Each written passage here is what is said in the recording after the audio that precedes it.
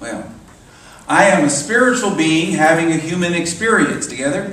I am a spiritual being having a human experience. So, the spiritual of you is what's real of you, and the human of you, well, you got to make friends with it. You've got to make peace with it. You must make peace with the facts and rise up through your beliefs into the truth. I make peace with the facts and I rise up into the truth. Together? I make peace with the facts and I rise up into the truth. So what's reality? What makes things real? What is truth? There's a limerick that I forgot to tell at 9, so I'm going to tell it at the beginning so I don't forget it now, which is about truth and reality and healing, and it is, there was a faith healer of Beale who said, although pain is not real, when the point of a pin goes into my skin, I hate what I don't think I feel. The reality is not the pain of it, but you better deal with it. You've got to deal with it. So we're going to talk today about a very simple concept. I don't want to get too heady about it, but it's real important to get clear on this, because the physical stuff, which is the factual stuff, that physical stuff must be dealt with. It must be honored. It must be respected. But it does not define us. I am not defined by the experience I have had. I am defining myself by what I am choosing to become, is what Carl Jung said. I'm not going to ask you to repeat it. But I am not defined by what has happened, my experiences, what has happened to me. I am defined by what I am choosing to become. The experiences of your life are facts. They're all important to honor. Wayne Dyer was orphaned as a child, was put into an orphanage, and he had a lot of very, very tough experiences, even up after he wrote his bestsellers, and those were all facts, but he was always rising up beyond the facts into the truth, sometimes very imperfectly. His mom used to attend the services in our church, and we had a lot, but I met him a number of times, but he worked through, and he ended on a high note. As I shared last week, my organ teacher used to say, mess up in the beginning, you can mess up in the middle, but make the ending glorious. And so I was always growing and growing and growing. James Dilla Freeman, Unity's poet laureate, the man who ran Silent Unity for years. He worked with the Fillmores from the 1920s onward. And he gave his last public talk in our church years ago in Kansas. And he had probably the most difficult set of facts to deal with. There's a lot of people, everybody has a story. And stories are fascinating. But those stories don't define us. They don't limit us. However, they should be honored because they're the raw materials out of which we create our lives. So we honor the fact of things. His father was a high-level communist. He shared all this with me at lunch once a week, once a month, and he told me these stories. His father was a high-level communist who tried to convert him to the Communist Party. He would go to his father's house, and he had 3 pictures in every room. One was Karl Marx, one was Lenin. He says, I never asked who the third guy was because I didn't want to find out. He said, he would set me up with these women to go on dates who were communist women and try to convert me to communist. He says, his father was a communist, and he did not become. He said, I never trusted. It was way too patent. It was just way too patent. His stepfather, who was a brutal, violent alcoholic, had asthma and took him to Unity Inn because he'd read somewhere that a vegetarian diet might cure asthma, which it didn't. But they would stand in line at Unity Inn, and the Fillmores, the Unity's co-founders, were so friendly. They started talking to this boy, and he found out he wrote poetry. Well, recite some of your poems. And they offered him jobs in the summer during college.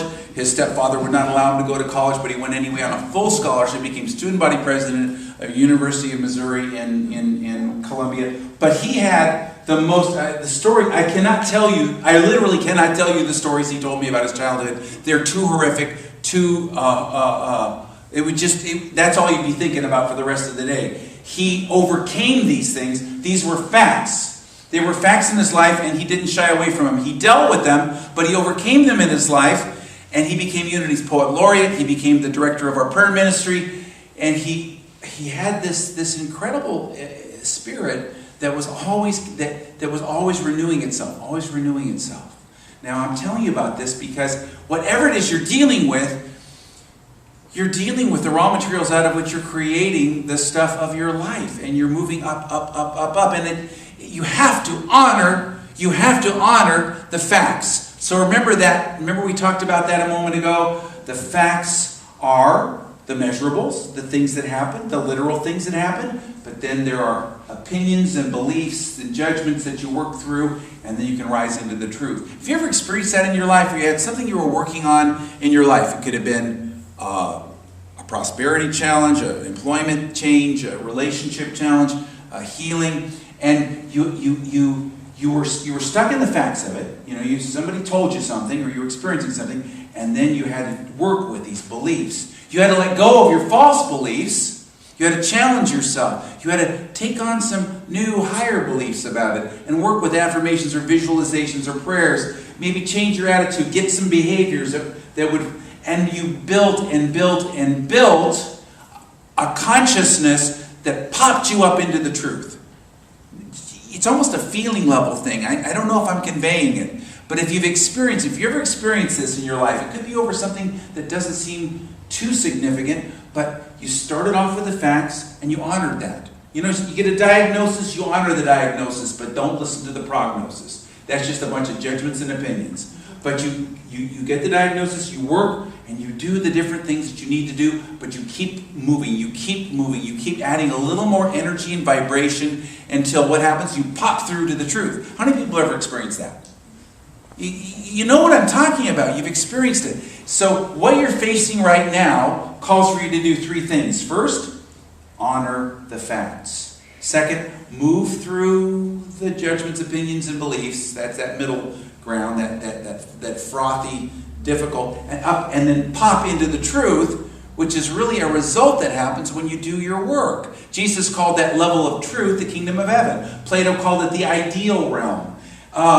It's the realm of spiritual reality. It is who you are. It is the essence of you. It is what you're left with when you leave this planet. Someone was talking to me about how they were really struggling with the attitudes that people have about death. And it's something that's hard for people. But if you understand and internalize that you are a spiritual being, you're not afraid of death anymore. Carl Jung said, somebody asked him, do you believe in God? And he said, no, I don't believe in God. And they were shocked. He said, no, I know. How does he know? He experienced something. He experienced something. And he identified himself with it. And he realized, as he said, belief is a poor substitute for experience. And so, where in your life can you internalize what you profess to be true? And then you'll find that you're not afraid of the changes in life. Then you can be flexible. Then you can be movable. You know, the picture came to me of a chess piece on a chessboard and how I was stuck. I had Velcro on my bottom and I couldn't get moved. I was on the chess. I said, make me a piece on the chessboard of life. And it was like, get rid of your Velcro, you know, and it's letting go of those false beliefs that you're holding about yourself that limit yourself. Those limiting beliefs that you create a virtual cage around yourself. And I was reading this last week about a tiger that was being mistreated for many years. Somebody put it in a circus or a not a very well-run zoo. They put it in a small cage and it would circle in the cage over and over again. And finally somebody rescued the tiger and set the tiger free into a large area where it could frolic and run around, and the tiger just stayed in the same confines because it believed it was still in a cage. Where in your life do you have virtual cages? Where have you taken, everybody in my family is like this. This is what I was diagnosed with. This is how. It doesn't mean that you don't acknowledge and deal with the facts. Wayne Dyer dealt with the facts that he was put in an orphanage. He had to deal with it. He had to work through it. And he wrote about it a lot. James Earl Freeman had to deal with the horrific circumstances of his childhood. And they were brutal. And he worked through it. He said, one of the opinions was, he said, I believed that if the Fillmores hadn't have found me, I would have been dead by the time I was 30. He said, but I had to work through it. And he said, thank God for the women in my life because they kept me stuck at Unity Village. He was married to one woman and she died. He wrote the poem, I Am There for Her, and then he married Billy Freeman. And she was another example. Billy Freeman, who was at Silent Unity for all those decades, and she was married to James Lilla Freeman, she had Alzheimer's her last 10 years of her life. And although he took care of her and all of these things, some very interesting things happened. Although she had this condition, every time she would see someone, she would always look deeply in their eyes and just say, "I love you. I love you." No matter what she'd been saying before, or no matter whether she didn't make sense before, "I love you." And if you said, "Can we pray?" she'd take your hand and she would do a prayer that would be so lucid and spontaneous and clear, never missed a beat, because that part of her was always there. The facts looked a certain way. There are opinions you hold about it, but there was the truth of her. There's the truth of her. There's the truth of you. There's the truth of you. I remember in 1972, I was hitchhiking cross country and I was stuck on an on-ramp in Dayton, Ohio at 11 o'clock at night. And I did something, now that I'm a minister, that horrifies me. I called the minister in Dayton, Ohio, Betty DeTurk, who was a friend of mine. I'd worked with her, in the Youth of Unity when I was a teenager. I guess I still was a teenager at this point. Maybe I was 20. And I said, "I'm stuck on an on-ramp. Can I stay at your house?" So it's 11 o'clock on a Saturday night. Call the minister. She was gracious enough. She let me sleep on her couch.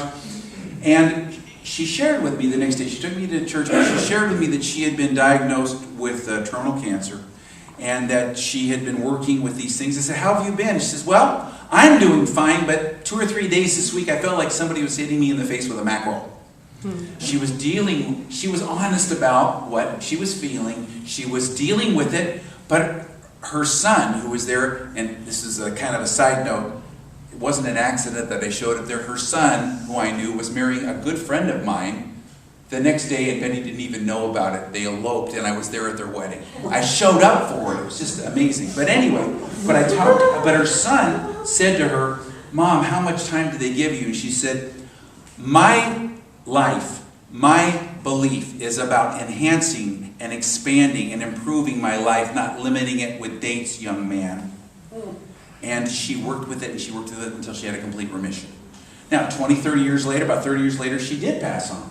And these things do happen. But she honored the facts. She worked through the beliefs and the opinions, and she moved into the truth. She popped through.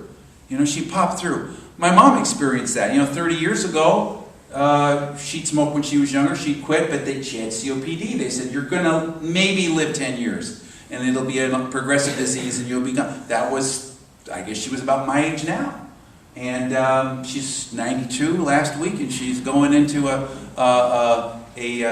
wonderful retirement home that's like, a Ritz-Carlton. It's incredible. She's moving in next week. But she leads people on tours of aircraft carriers once a week, of the USS Hornet.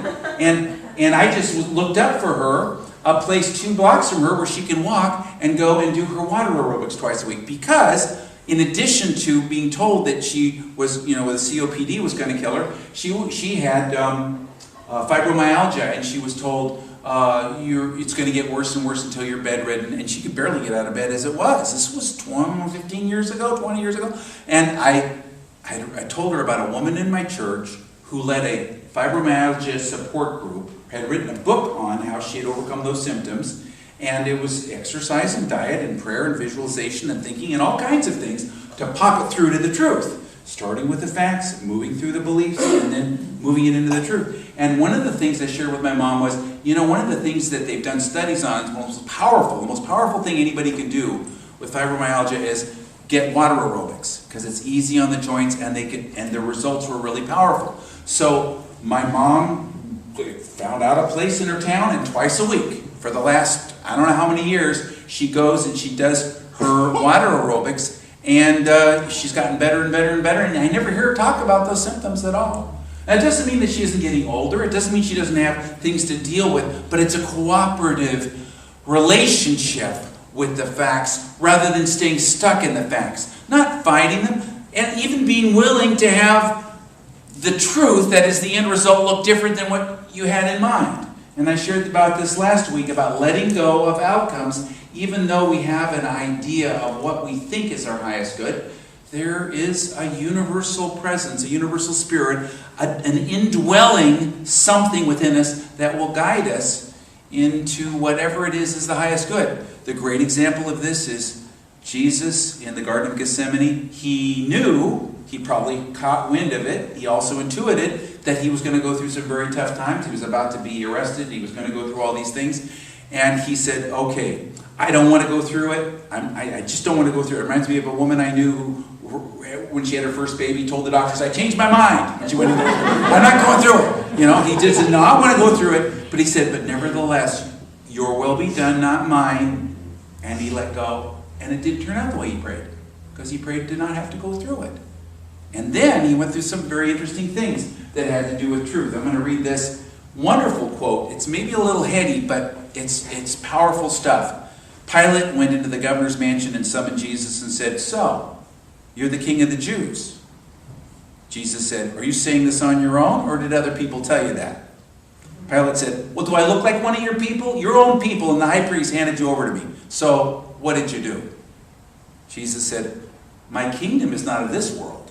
If my kingdom was of this world, my servants would fight to the death for me not to be handed over. But, in fact, my kingdom isn't here. Pilate said to him, oh, so you say you are a king? Jesus said, no, you say I'm a king. What I was born for and what I came into the world for was to testify to the truth. Everyone who is of the truth can respond to my voice. And Pilate said, what's truth? And walked out the door. What's truth? He didn't understand. What is truth? See, we mistake facts for truth. Facts are any number of things, and they're measurable, and you should honor them, and you should respect them, and you have to work with them, and they do not define you. As Carl Jung said, it's those facts of the past. They do not define who I am. It is what I am choosing to become. And that is that pushing forward, that pushing out, that lifting up into the truth. And the truth is not physical. The truth is not conceptual. The truth is not limited by your concepts and your thoughts and your beliefs and all those things that you think define you. The truth is something innate within you. The truth. Jesus said, you'll know the truth. He said, the Spirit of truth will guide you into all the truth. You will know the truth, and the truth will set you free. So that Spirit of truth, what is that? That is that nurturing, mothering aspect of God. Is that feeling aspect of God that will lift you up, it will expand you, it'll move you up. And you may have history like Freeman had history. You know, they did a study, what was it? I think it was Cal State Fullerton said that the more negative the childhood was, the more compassion and empathy a person has with people now. It was like cause and effect. It doesn't mean that you're not going to be dealing with the consequences of it, but think about it. And there was another study, I think it was the University of Kansas State, and it said that people who had difficult childhoods were 78% had greater, 78% higher sense of meaning in life, a greater sense of meaning and purpose in life. Now, so whatever you're facing right now in your life, it can be the making of you. It can move you into a place not only where you have a better quality of life within yourself, more compassion, more empathy, and a greater sense of meaning, but also you have something to share with other people. One thing I've noticed that there's folks who, they tell the same story. It's the same story. That doesn't mean that you shouldn't go to a 12-step meeting and tell your story to give strength and hope to other people or to process your own stuff. But I'm talking about when you marinate in it. When you stay in your story, you're stuck in your story, and you're really saying, this is why I'm not going to move. This is my Velcro. I'm staying on this square of the chessboard. I'm not going to move. I'm not going to change. I'm not going to do any of these things because I'm going to let the past define who I am. So, how do you do this? You got facts. Maybe it's a prosperity fact or a healing fact or a relationship fact. How do you get out of the facts and move through that jungle of beliefs and opinions and judgments up into the truth? Well, one thing is to let go of the false beliefs, to journal them out, to release them, to decide they're not going to limit you, to simply make that decision. One of the things that limits people in an environment like this is that I talk about things, and we teach things, and we read things in books, and we decide, oh my gosh, I got to do all this stuff. I got to do all these things. We might even feel inspired. Oh, I'm going to make all these changes in my life. Pick one. Or two at the most. Keep it simple. Take a practice and put it to work. Become a volunteer. Start meditating. Take 5 minutes. My mom, when she did this work, she didn't spend hours and hours. People think of her as like some kind of a nun or a monk or somebody who did. No, she's very, very hardcore kind of stubborn, kind of person. But that stubbornness, she puts it to work. She sits down with her daily word, and she says her daily word, she visualizes, and makes the difference in her life. You work with these things. My sister was diagnosed with melanoma about 20 years ago, 25 years ago. And they went in and they had biopsied her. They removed it.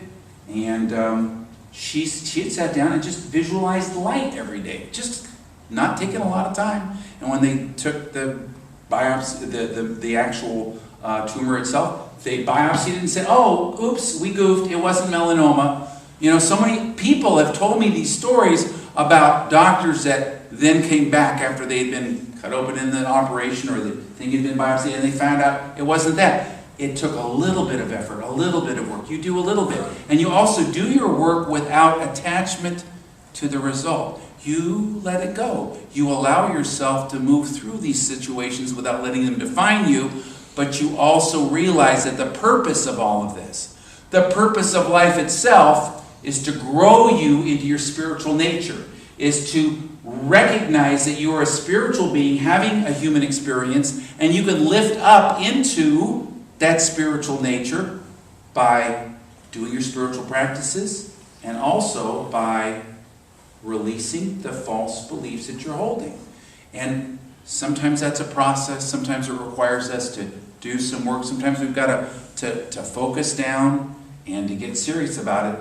But we can make a huge difference in our lives if we will work with these principles. How about in spirituality? What I'm really talking about here is the difference between religion and spirituality. The factual level is materialism.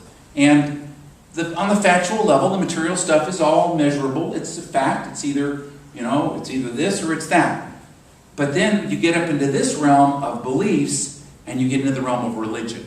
And those are the different religious beliefs everybody has. And as Carl Jung said, belief is a poor substitute for experience. But they serve us up to a certain point. Our beliefs have value. They have validity. They help us. And so we shouldn't judge other people or ourselves when perhaps we seem to be limited in our beliefs, because it's a process and an unfoldment and an evolutionary experience where maybe we believe something today that we'll outgrow. Charles Fillmore taught my childhood minister, in a class once, and somebody quoted him back and said, well, you didn't say this in such and such a book, what you just said. He says, well, I don't believe that anymore. And to somebody else, he said, I reserve the right to change my mind. Even Unity's co-founder, and Myrtle Fillmore, his wife, in the last year of life, they found a letter from a woman who said, what is Unity's position on this particular spiritual religious thing? And she said, she never even answered. She just said, be less concerned about what Unity thinks and look within for your own answers. Look within. Even your best and most lofty beliefs serve you only so far and cannot be traded for experience. So you say, how do I have that experience? Just a little by a little by a little. And it's consistency that makes the difference. Charles Fillmore said, sporadic efforts count for little. You must be consistent. So it doesn't mean you have to pile it on at once, do a whole lot of burdensome things. It just means take one thing, take two things, work with it. Take some principles, put them to work. Take some practices and practice them. And always use the light touch, and always treat yourself with a spirit of firm gentleness. So let's move into this moment of lifting up, and let's just be aware that on one level there are facts, and whatever that fact is, we make peace with it. Certainly we make peace with a diagnosis, but we don't have to accept a prognosis. So we accept On an emotional level, we accept that things are as they are. We accept that we are spiritual beings having a fully human experience, but this does not define or limit us. And once again, feel yourself lifting up into that lighter, more expansive place. You may even just feel the tingling of the energy, the air upon your skin, reminding you that you are a spiritual being. And feel yourself moving up, lifting up, things becoming lighter, your heart becoming lighter. Through a focused act of will, expand your awareness. Move up and take whatever conditions are factual in your life and lift them up.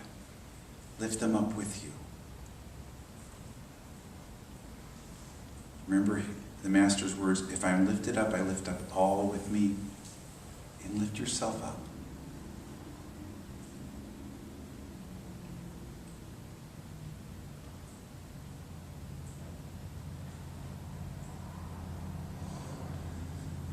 Thank you, God, that we are moving into a new understanding of ourselves and of life, not judging things by facts or even by opinions, but lifting up into the truth, knowing the truth and letting the truth set us free. Thank you, God. Now we set aside all the papers in our hands. We just set them aside now. We take a deep breath and we move that breath out and we move into this now moment. Perhaps we turn our hands, palms upward and feel the tingling energy there in the midst of our palms and our, inside of our fingers. And we're aware that we are energetic beings. We're spiritual beings having a human experience. And spirit is our home, it's our nature. That as much as we've seemed attached to the physical things, the facts of things, we can lift up out of them. And we do so with a focused act of will. And we move in this moment into this awareness, into this space of being and expand. Just imagine if your whole being was a balloon and could expand and you're growing lighter, airier, more spacious. You're lifting up and you're moving into a new place. And as you get more and more expanded, more lighter and spacious, just erase all the boundaries between you and all that is.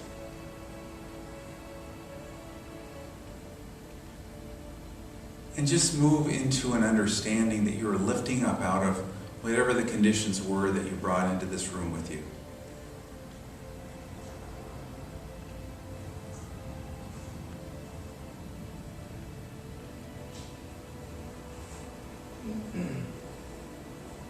I may think that I'm finding my answer in the outer world, but instead, this is where my answer is. I lift up out of the world of conditions and expand and rise into my true spiritual nature.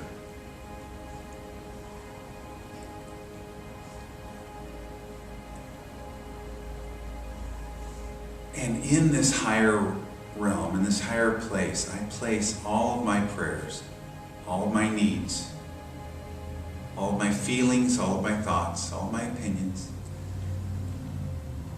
And I lift everything up into its highest possible outcome. I lift up everything into its highest possible outcome.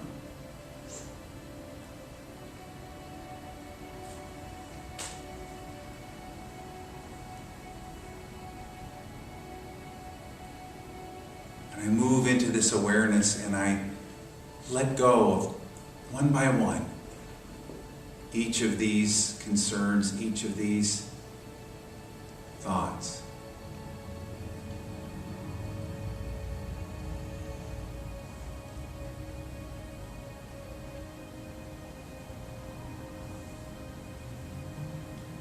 accept that in this now moment, every need is met. And I move and I flow with this now moment.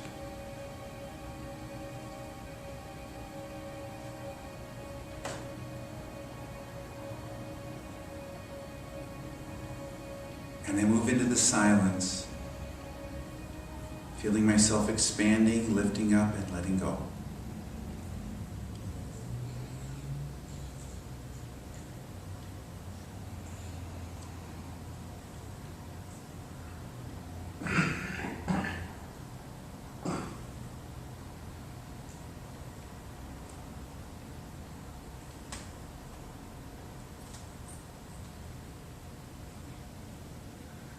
I work creatively with the conditions of my life.